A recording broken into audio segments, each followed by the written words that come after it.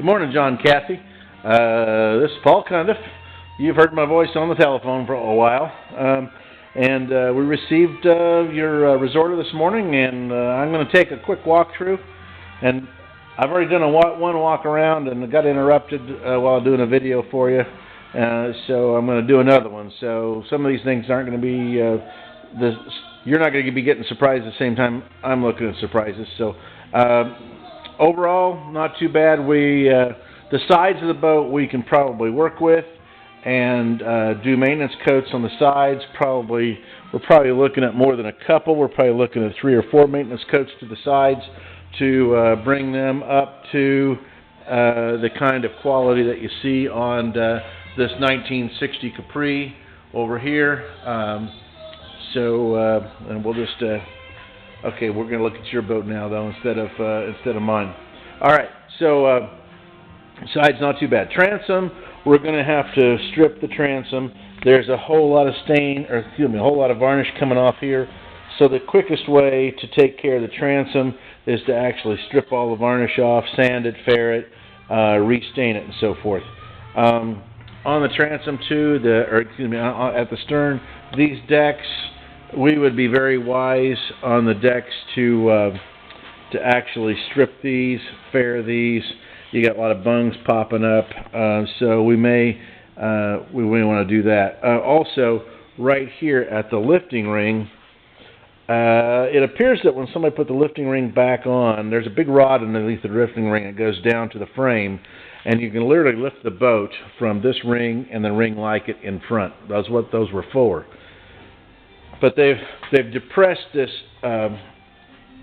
decking. I don't know if you can see that or not, but that decking is depressed right there. So when we strip this, and we're going to get in and investigate what's caused that and then correct that as well. Chrome-wise, the chrome back here, this chrome's missing on the gas cap. And over here on the ventilators, the chrome has been scratched. Someone was maybe taking some pitting off. It's been scratched with either a scratchy pad or steel wool that is, it scratched the chrome. Now, we could take a chance on buffing it. And I say take a chance on it. If we buff through the chrome, should be a layer of nickel under there that would show through, and that's we've never really been successful buffing, so we really ought to be looking at least rechroming the stuff that's back here because of that condition. We can buff all the stainless. This is stainless steel right here that I've got my fingers on. That's on your rub rail, and then also stainless steel on the spray rail down here. And we can get this kind of luster. This is all stainless that has been buffed. And it'll take about a day to buff the entire boat. So I'll be putting all of these comments together on kind of an estimate, and the estimate will be the target that we're trying to shoot for on all of our work. Okay, and then we can pick and choose from that estimate what we're going to do and what we're not going to do. And I won't make any moves until we've both looked it over and decided. Again, on this ventilator, a lot of scratching. Okay, coming up here, all these angle irons and they really are an angle iron. These are chrome-plated brass up here. So that would be something that we might want to consider rechroming as well. All right, I'm going to get to the windshield. Windshield, a lot of cracking up here in the corner, and lots of scratching. And I don't know, I don't know if I can get the scratching captured.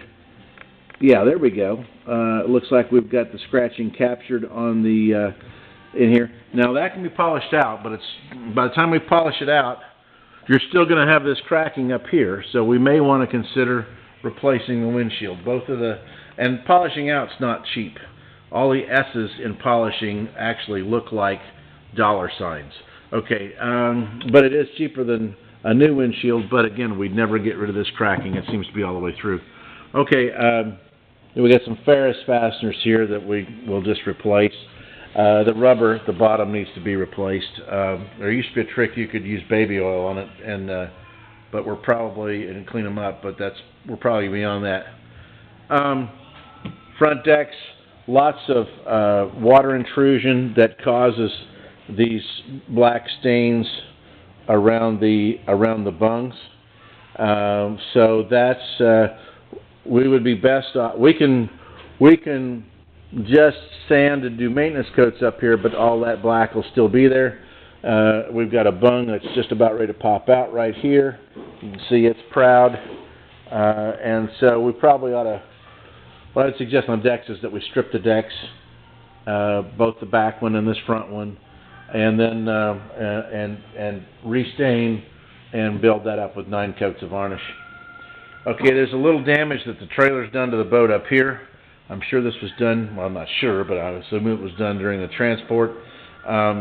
The boat's probably rocked a little bit on this bow stop, and it has cracked this covering board on this side.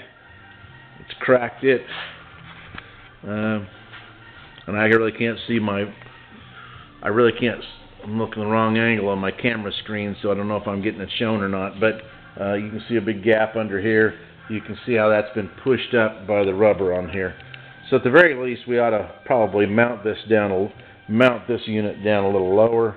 We also make the goalpost style stops, but that takes a day, and then so that's $600 plus the materials. So those things run about $800. This is adequate, but it's just not placed right. And if we leave it placed where it is after we make the repairs, we'll still have more damage.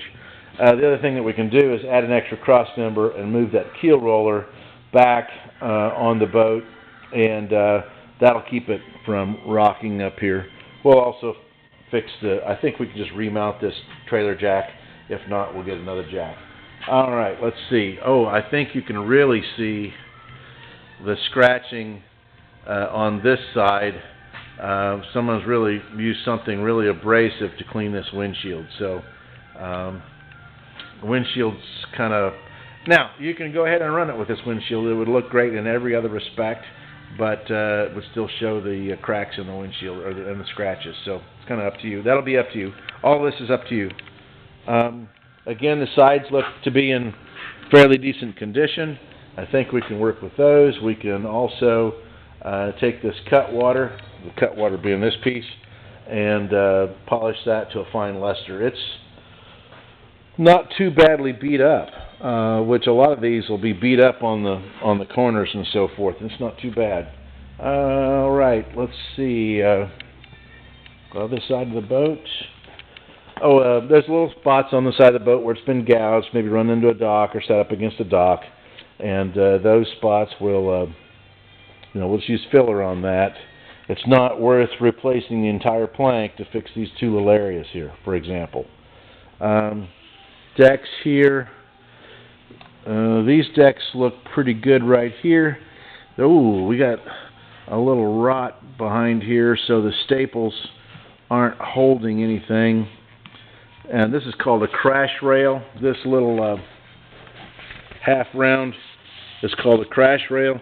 So we may have to pull that off. I have a little trick that we can route. We don't have to replace the whole plank. We route this area. We put a new sacrificial piece in, and I say sacrificial, 10 years from now, because of all the staple holes and water intrusion. 10 years from now, you might have to replace it, or 15 years. No, let's see. On mine, I did that. It's been 18 years. So I guess sacrificial might not be the right word. But anyway, we make a repair, and all the repair work will be hidden by the upholstery. Again, ventilators. It's been scratched up.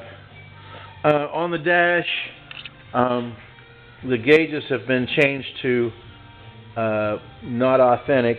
They aren't the authentic. Not all of them are the authentic. I think some of them might be the authentic gauges that came on the boat. I would suggest we change these switches. They're about $25 a piece.